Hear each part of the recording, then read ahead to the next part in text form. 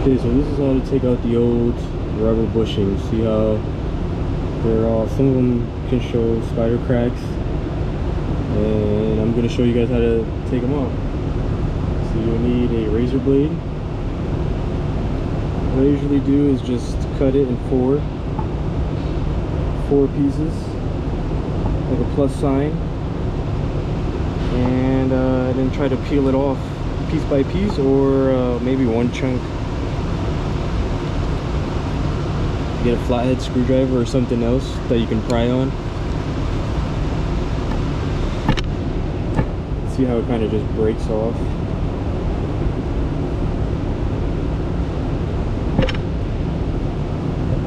And then you can just throw the rubber away.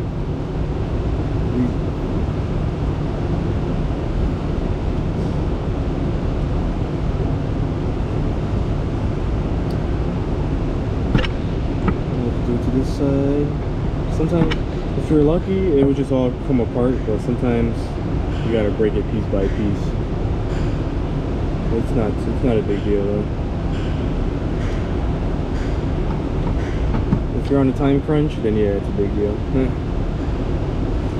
Oh man, just rip off all this stuff.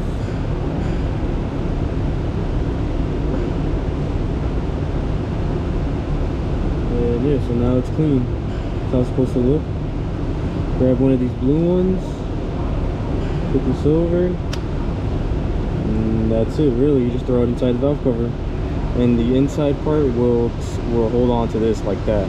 The valve cover gasket will go over like that, and then you just torque it down. And that's really it. Simple.